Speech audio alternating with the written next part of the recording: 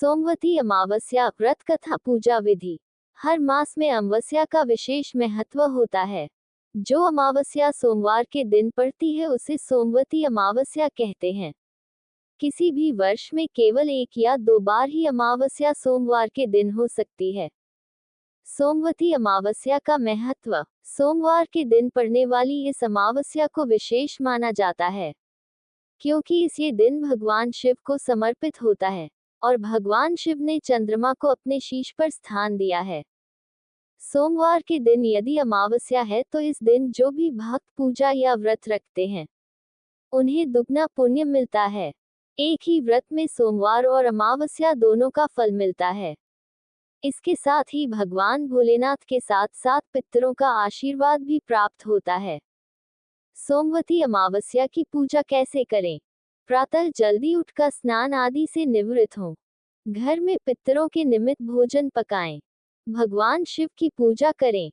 पितरों को ध्यान कर उन्हें नमन करें। भगवान शिव और मां पार्वती का सर्वप्रथम मीठे का भोग लगाएं, जैसे खीर, हलवा आदि। भगवान शिव और मां पार्वती को जो भोजन आपने बनाया है उसका भोग लगाएं। अपने पूज्य पितरों के निमित्त किसी ब्राह्मण को भोजन करा सकते हैं अथवा उनके निमित्त भोजन मंदिर में भेज दें। पितरों के निमित्त दान अवश्य करें। भगवान शिव और मां पार्वती का ध्यान कर उपवास शुरू करें। सायंकाल में किसी मीठे व्यंजन से भगवान का भोग लगाकर उसे ग्रहण करें। सोमवती अमावस्या से जुड़ी सच्ची कहानी। एक गांव में एक बुढ़िया माई रहती थी। बुढ़िया माई का इस संसार में कोई नहीं था। वह दिन रात भगवान शिव और मां पार्वती की पूजा करती थी। एक दिन बुढ़िया माई बहुत बीमार हो गई। वह भगवान की पूजा नहीं कर सकी। बुढ़िया माई रो रही थी।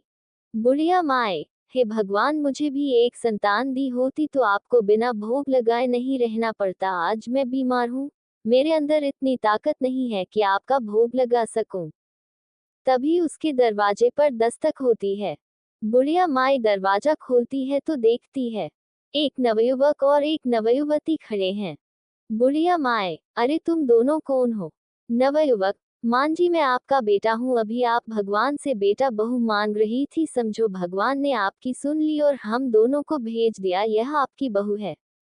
बुढ़िया माई, यह क्या कह रहे हो? मेरा तो कोई बेटा नहीं है, मैं तुम्हें नहीं जानती, चले जाओ यहाँ से। नवयुवती, मान जी मैं आपकी बहू हूँ, इनसे आपका कोई पिछले जन्म का रिश्ता होगा, तभी शिवजी ने हमें यहाँ भेजा है। लाइए मैं भोग का प्रसाद बना देती हूँ, आप आराम कीजिए।